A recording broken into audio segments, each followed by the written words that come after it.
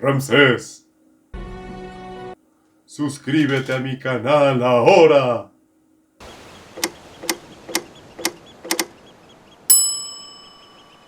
Falche a todos y feliz Semana Santa, esta época del año en donde recordamos las clásicas del cine como Ben-Hur, Los Diez Mandamientos o El Príncipe de Egipto. Y es de esta última de la que quiero hablar hoy. Por un lado haciendo un breve análisis, pero por otro aprovechando el tema de la adaptación, como vengo haciendo ya desde mis pasados vídeos. Así que, ¡empecemos!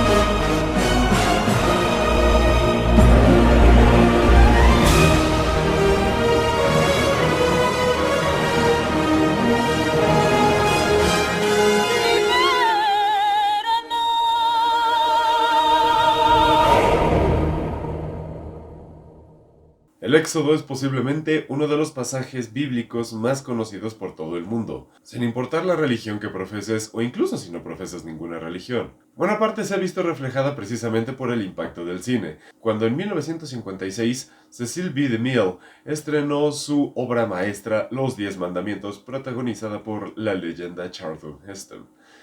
El Éxodo narra la historia de Moisés, un hebreo que es criado bajo el yugo de los faraones de Egipto, y que después sabremos que es el elegido de Yahvé o Jehová para liberar al pueblo y llevarlos a la tierra prometida.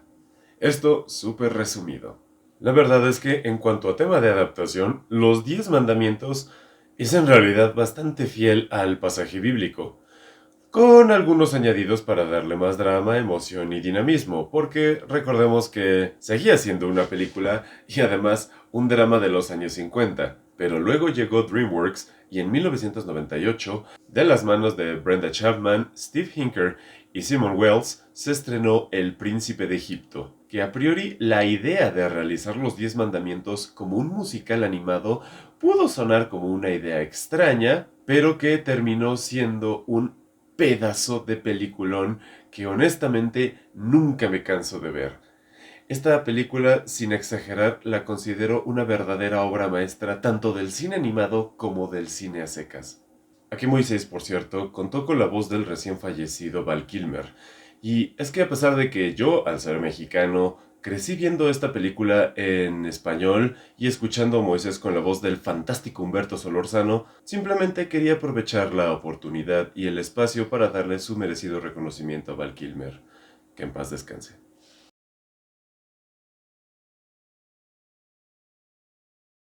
Pero, ¿por qué funciona tan bien El Príncipe de Egipto pese a sus diferencias con el Éxodo? Porque la verdad es que sí alteran muchos de los hechos narrados en la Biblia. Pues empecemos por el público objetivo. Recordemos que estamos en 1998, o sea, ya nos encontramos a nada del nuevo milenio, y DreamWorks se enfocaba en hacer producciones animadas que fuesen para toda la familia, por lo que el tono más dramático y adulto que tuvo Los Diez Mandamientos tuvo que diluirse. Y es que vamos, entre ambas películas hay una brecha de 42 años, por lo que las audiencias ya eran muy diferentes en ambos estrenos. Aún así, El Príncipe de Egipto no menospreció ni subestimó a su audiencia mostrando la cruda historia bíblica, ya que en la película iniciamos con el sufrimiento del pueblo hebreo siendo esclavizado por los egipcios. Y de ahí nos vamos al asesinato de los bebés hebreos, esto porque el faraón veía a sus esclavos como una amenaza creciente que tenía que controlar. Aquí, por cierto, tengo que hacer un pequeño paréntesis para glorificar el magnífico trabajo de Ofra Hassa, quien interpretó la canción Libéranos. Y es que esta mujer de origen israelí cantó este mítico tema no en un idioma, no en 3, no en 10, no, en 17 idiomas diferentes. En pantalla les dejo algunos de los idiomas en los que cantó, porque de verdad es alucinante. ¡Qué tremenda mujer! Retomando, una de las cosas que hace muy bien esta película es dar varios mensajes hermosos, no solo de creencia a Dios, porque, por lo general, el cine bíblico tiende a enfatizar tanto su mensaje de amor por Dios que la trama puede sentirse como un pretexto, como un trámite incluso, pero que se siente superficial por querer meter tanto el mensaje de amor a Dios. Sin embargo, el príncipe de Egipto de entrada nos mete como eje principal la relación de hermanos de Moisés y Ramsés. En la Biblia no se hace especial énfasis en su relación, y en los 10 mandamientos directamente parece que se llevan mal desde el principio. Jamás sentimos que se traten como hermanos, y mucho menos que se quieran, o ya que se aprecien un poquito. Nada, no vemos nada de esto. Por otro lado, en la versión animada, toda la película gira en entender cómo se querían, cómo se complementaban. Eran un dúo dinámico, eran uña y mugre. Pero tristemente fueron las circunstancias alrededor de ambos lo que terminó por separarlos y sellar sus destinos. Por un lado, Ramsés, siendo el primogénito y además el único hijo legítimo del faraón, pues tenía la enorme carga de ser el sucesor del reino. De hecho, esta escena literalmente es el fantasma con el que Ramsés carga toda la película. Tú serás la estrella de la mañana y de la noche. El daño a un templo no destruye siglos de tradiciones. Pero un eslabón débil puede romper la cadena de una poderosa dinastía. Así es como se trauman a los hijos. Entonces, entendemos que Ramsés no es malo de inicio, solo se vio presionado por lo que se esperaba de él. Y aun cuando al final sí peca de continuar la línea de tiranía y también de prolongar el sufrimiento, tanto hebreo como de su propia gente, también podemos empatizar fácilmente con él. No se justifica, pero sí se entiende. Y Moisés, por otro lado, es un personaje tan humano que la verdad por eso me encanta y logra ser tan potente como protagonista. Porque en la Biblia se nos muestra como un personaje mucho más estoico y cuya interpretación de Charlton Heston capturó de maravilla, siendo como dije, una versión bastante fiel de los textos sagrados. Pero el Moisés animado logra ser mucho más tridimensional, empezando por su origen. Aquí, otra gran diferencia que se hizo con respecto a la Biblia, en el Éxodo se cuenta que Moisés fue encontrado por la hija de Faraón, no por su esposa, y después de haber sido encontrado se le asignó que fuese cuidado por una nodriza, o lo que llamaríamos actualmente como una nana o una niñera. Pero como ese tipo de cargos se les daba a los esclavos, entonces se buscó a una mujer hebrea, y que por méritos de Miriam, la hermana real de Moisés, logró que dicha nodriza fuera su verdadera madre, por lo que Moisés de alguna manera sí terminó siendo criado por su verdadera madre, y obviamente conociendo perfectamente su herencia hebrea. Sin embargo, en la película, para darle un peso mayor, entre otras cosas, a la importancia familiar, Moisés es encontrado por la reina y es criado completamente bajo la influencia egipcia, siendo considerado un egipcio más. Este cambio es importante, porque Moisés, al haber crecido pensando que era egipcio, pues nunca le dio peso ni importancia al pueblo hebreo, a quienes de hecho veía como menos. Miriam, ¿Liberarlos? ¿Por qué lo habría de hacer? eso es una farsa. Serás castigada. Esto hace que cuando se encuentra con Miriam y Aarón, ya siendo adulto, y le dicen quién es realmente, se sienta mucho más el peso de la revelación, duelo que se plasma con la canción Todo lo que quise. Aquí vemos cómo el mundo de Moisés se viene abajo al darse cuenta de su realidad y sellado por la horrible afirmación del faraón. Oh, hijo mío, solo eran esclavos. Después de todo esto y de un bello momento con su madre en donde le dice que el pasado ya fue y que agradezca y abrace lo que tiene en estos momentos de ver a los esclavos de la misma manera. Incluso termina defendiendo a un esclavo, lo que lo lleva a uno de los momentos más importantes del relato. Y es que por defender a un esclavo termina asesinando al oficial egipcio que lo estaba sometiendo. De hecho, en la Biblia, incluso Moisés intenta esconder el cuerpo para salir del embrollo. Mientras que en la peli, esto ocurre a plena vista de todos y escapa confundido y arrepentido. Otra cosa que amo de esta película es la atención al detalle, desde lo narrativo hasta las pequeñas acciones. Cuando Moisés escapa de Egipto, vemos la transición en perfecta línea en picada, con cada nuevo cuadro, aparte de que en cada cambio vemos a Moisés más y más pequeño, para resaltar lo perdido que está y se siente el personaje, o el tiempo que pasa en Medina. Además de la obvia transición evidenciada en la barba y el cabello de Moisés, o que Ramsés ya tiene un hijo cuando vuelve a Egipto, también vemos claramente el paso del tiempo en la hermana menor de Séfora, ya que cuando nos presentan al personaje es diminuta, pero en esta escena y en la imagen en la que se despiden vemos que ya está llegándole a los hombros a su padre. O cuando Moisés busca a Ramsés antes de la plaga final, se puede intuir claramente que Ramsés estaba ebrio durante esta escena. Pero lo que me encanta es el detalle de que hayan animado el pecho de Ramsés mientras Moisés le habla, denotando el fastidio de tener que verlo después de todas las calamidades que ya han pasado para este punto. Aparte del cuadro final de esta escena, si bien ya dejan en claro que la próxima víctima será el hijo de Ramsés, este encuadre final también nos dice que ese niño es lo único que evita la enemistad absoluta entre ambos hermanos. La ballena, que por años pensé que era una ballena, hasta que, si te fijas en la cola, entiendes que en realidad es un tiburón, o mejor dicho, era un megalodonte. Y uno de los mejores y más simbólicos es que después de su encuentro con Dios, si se fijan bien, cuando éste le pide a Moisés que se quite las sandalias, durante el resto de la película ya nunca se las vuelve a poner. Y hablando de esta escena, también se ven presentes los 4 elementos. Los más obvios, desde luego, son el fuego y la tierra, pero las ondas que provoca Dios al hablar hacen ráfagas de aire, además de que su voz hace ecos en el suelo como las olas, además de que la sombra en las paredes parecen reflejos de agua. Y hablando de Dios, si bien por lo que he visto es que hicieron que la voz de Dios fuera la misma que la de Moisés para evitar algún tipo de controversia, la verdad parece más una interpretación de que Dios vive dentro de nosotros y nos habla con nuestra propia voz. Digo, esto ya es una interpretación mía, pero es un pensamiento muy bello si te pones a pensar en eso. Otro cambio con respecto a la Biblia es que Moisés, cuando ya regresa a Egipto, es un hombre mayor y, entre otras cosas, tiene un hijo. Si bien el tiempo de Moisés en Medina no me parece un cambio significativo, el que no tenga un hijo siento que ayuda a la narrativa. Y es que la historia está centrada en el dilema de hermanos sumado al tema de la fe y la esperanza, por lo que el haber añadido una subtrama de padre e hijos hubiera sido demasiado para abordar y hubiera desviado la atención principal del tema. Porque el hecho de que Ramsés sí tenga a su hijo sirve como motor para el personaje para mantenerse firme en sus decisiones. Porque si un rey nunca permite verse débil frente a su pueblo, menos lo va a permitir frente a su hijo.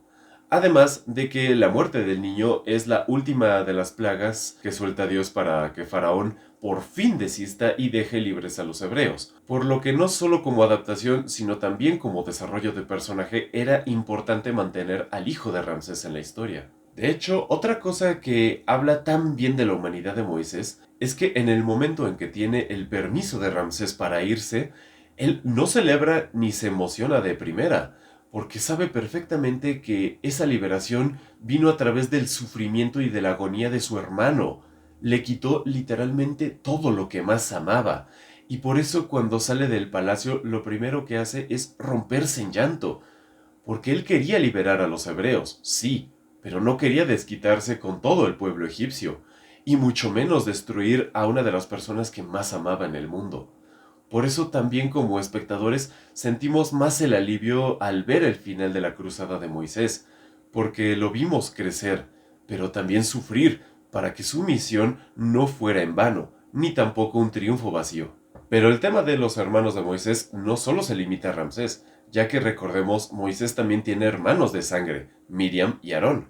Por un lado, Miriam cumple el papel de la soñadora con esperanza, ya que nunca perdió la fe de que su hermano algún día los liberaría. Incluso cuando lo ve por primera vez desde que era un bebé, su reacción es de alegría. Nunca se le pasó por la mente que pudiera haber sido corrompido por completo después de una vida lujosa bajo las costumbres y creencias egipcias. Y este momento en el que canta es bellísimo, ya que Moisés recordaba perfectamente el canto de su madre, el cual de hecho silbaba en una escena anterior.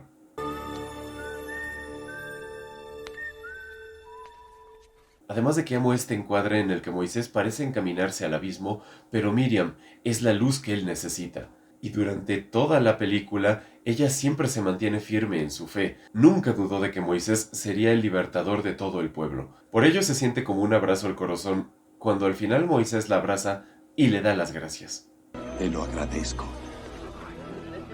Por otro lado, Aarón es más escéptico y no se deja impresionar por las proezas de Moisés, al menos no de golpe, lo cual, por cierto, es otra contradicción con la Biblia, ya que Moisés logra convencerlo desde que llega, y durante toda su cruzada por hacer que Faraón los libere, Aarón se mantiene pegado a Moisés, e incluso durante las primeras muestras del poder de Dios, es decir, la serpiente y el convertir el agua del Nilo en sangre, Moisés no sostenía su bastón, sino que se lo pasaba a Aarón y él hacía las transformaciones. Este es otro de los cambios que me gusta mucho más cómo lo manejó el príncipe de Egipto, porque Aarón también se siente mucho más humano. Y es que es raro y poco probable que después de vivir viendo cómo su hermano lo hacía menos, de pronto lo acepte tan de brazos abiertos como si nada hubiera pasado y decida vivir entre los hebreos. Y más porque ese rasgo ya se le atribuyó a Miriam, por lo que debe haber un contraste narrativo. De lo contrario, no veríamos personajes,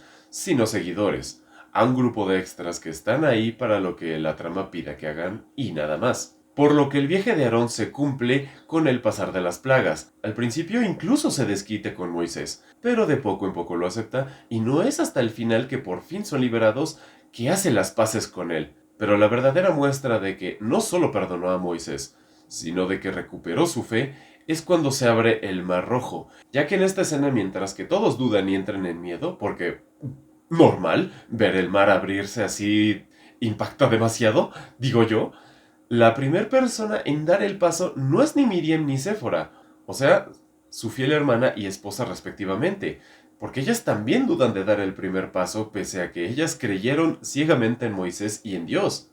Sin embargo, el que da el primer paso es justamente Aarón, demostrando con esta pequeña mirada que por fin cree en su hermano. Y después de ver este despliegue de maestría visual, en el que los animadores se tardaron 2 años en terminar, vemos el final de todo, no sin antes tener una pequeña despedida de Moisés a su antiguo hermano. Adiós, hermano. Ese es otro tema que la peli aborda con genialidad, el no aferrarse al pasado, a perdonar y salir adelante, porque siempre hay un mañana y lo peor que puedes hacer es aferrarte a algo que ya no existe. Ramsés nunca pudo superar el trauma de su padre y por eso vivió a su sombra esperando sobrepasarlo, mientras que Moisés supo enmendarse y salir adelante después de todas las duras lecciones que le dio la vida. Y así llegamos al final en donde después de ver a Moisés completamente en la cima de su arco de personaje y habiendo cumplido la misión de Dios, lo vemos descender del monte Sinaí con las 2 tablas de la ley, viendo orgulloso al pueblo de Israel. Por cierto, me encanta que la película decidiera terminar aquí, ya que la historia bíblica real dice que mientras Moisés estaba en la montaña esperando a que Dios designara los 10 mandamientos, el pueblo hebreo entró en miedo y duda y se fabricaron un becerro de oro el cual abrazaron como Dios, propuesta iniciada por Aarón, de hecho, lo cual demuestra que tristemente el humano es la única especie que se tropieza 2 veces con la misma roca. Esta parte del Éxodo, por cierto, también fue retratada en los 10 mandamientos, pero yo me quedo con el final del Príncipe de Egipto, porque transmite el ideal de que la gente puede aprender de sus errores y ver hacia el futuro. Esta película, de verdad, es una auténtica maravilla. La animación es espectacular, la atención al detalle, como digo, es impresionante, los colores se aprovechan muy bien, el doblaje es fenomenal, y el soundtrack de Hans Zimmer con las canciones de Steven Schwartz son una obra maestra. Definitivamente una de las mejores películas animadas que existen, personalmente mi película animada favorita de todos los tiempos. Y con todo lo que acabo de exponer, espero ayudarlos a verla con la magnificencia que merece. Ahora si me disculpan, me voy a verla de nuevo. Gracias por este video, estén atentos a los próximos que salgan, por favor suscríbanse, síganme en mis redes sociales, denle a la campanita, comenten o de lo contrario, las plagas caerán sobre ustedes. Feliz Semana Santa a todos. Esto fue El Huesoman Opina. Yo soy El Huesoman. Shiori.